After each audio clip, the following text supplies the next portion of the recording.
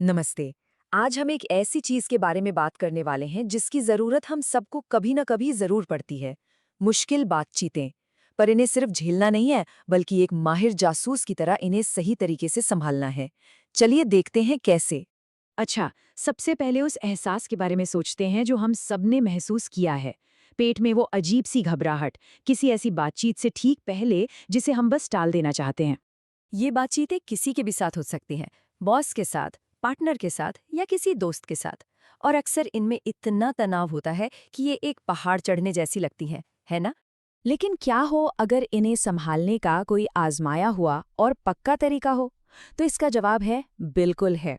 और ये सलाह आई है एक ऐसे शख्स से जिसने अपनी पूरी जिंदगी यही किया है।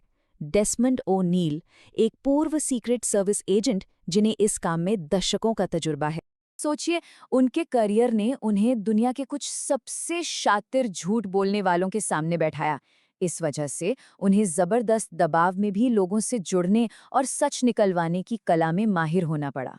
ओनील ने अपने इतने सालों के अनुभव को एक बहुत ही आसान और यादगार फॉर्मूला में बदल दिया है। एक ऐसा फॉर्मूला जो किसी भी मुश्किल बातचीत में हमारा गाइड बन सकता है। और इसका नाम है PLAN। तो चलिए इस PLAN को एक एक करके समझते हैं। इसकी शुरुआत होती है P से, यानी पर्पस, हमारा उद्देश्य। कुछ भी कहने से पहले जो सबसे जरूरी काम करना है वो है अपना असली लक्ष्य तय करना। क्या मकसद रिश्ते को बेहतर बनाना है, या किसी खास समस्या को हल करना है, या फिर बस इतना कि हमारी बात सुनी जाए? ये उद्देश्य इतना जरूरी इसलिए है क्योंकि जब बातचीत में गर्मागर्मी होती है तो यही हमें भटकने से बचाता है। जैसे उस इन्वेस्टिगेटर के मामले में हुआ जो पूछताछ में आपा खो बैठा और चिल्लाने लगा। अगर मकसद साफ हो तो ऐसा नहीं होता। अब आते हैं PLAL के अगले अक्षर पर। L यानी लिसन, सुनना। ये एक ऐसा हुनर है जिसके बारे में हम सबको लगता है कि हम इसमें माहिर हैं, पर असल में शायद हम उतने अच्छे हैं नहीं। अब यहाँ एक बहुत ही दिलचस्प बात है। देखिए, सुनने के भी ना दो तरीके होते हैं।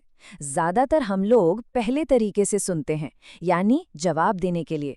हमारा ध्यान बस इस पर होता है कि हमें आगे क्या बोलना है। लेकिन दूसरा तरीका है समझने के लिए सुनना। मतलब सिर्फ शब्द नहीं, बल्कि सामने वाले के लहजे, उसके हाव भाव और उसकी अनकही बातों को भी समझना। और जब हम सच में समझने के लिए सुनते हैं तो हमें पता चलता है कि ऐसी बहुत सी बातें हैं जो हम नहीं जानते। और यहीं से हमारा अगला कदम सामने आता है, ए यानी आस्क, सवाल पूछना। देखिए, एक चीज होती है एम्पथी एक्यूरेसी। इस पर हुई रिसर्च बताती है कि हम अक्सर ये मान कर चलते हैं कि हमें पता है कि सामने वाला क्या सोच रहा है या महसूस कर रहा है, जबकि असल में हम पूरी तरह गलत हो सकते हैं। और अब जरा इन आंकड़ों पर नजर डालिए, ये सच में चौंकाने वाले हैं। अपने पार्टनर के साथ भी हम सिर्फ 40% बार ही सही अंदाजा लगा पाते हैं कि वो क्या सोच रहे हैं। और जैसे ही मामला थोड़ा इमोशनल होता है, ये आंकड़ा गिरकर सिर्फ 15% पर आ जाता है। सोचिए जरा, इस गैप को भरने का एक ही तरीका है, सवाल पूछना। तो ठीक है, हमने अपना उद्देश्य तय कर लिया, ध्यान से सुन भी लिया और सवाल पूछकर बात को समझ भी लिया।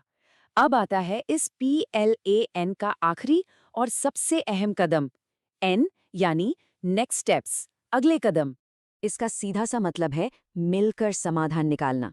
सामने वाले से पूछना कि उनके हिसाब से एक अच्छा नतीजा क्या होगा, और फिर साथ मिलकर आगे का रास्ता तय करना, अकेले नहीं। ये जानना तो जरूरी है ही कि क्या करना है, लेकिन उतना ही जरूरी ये जानना भी है कि क्या नहीं करना है। ओनील ऐसी 3 आम आदतों के बारे में बताते हैं जिन्हें हमें आज ही छोड़ देना चाहिए। तो वो 3 आदतें कौन सी हैं? पहली, हर बहस जीतने की और खुद को सही साबित करने की कोशिश बंद करें। दूसरी, ये कहना बंद करें कि मैं समझता हूं।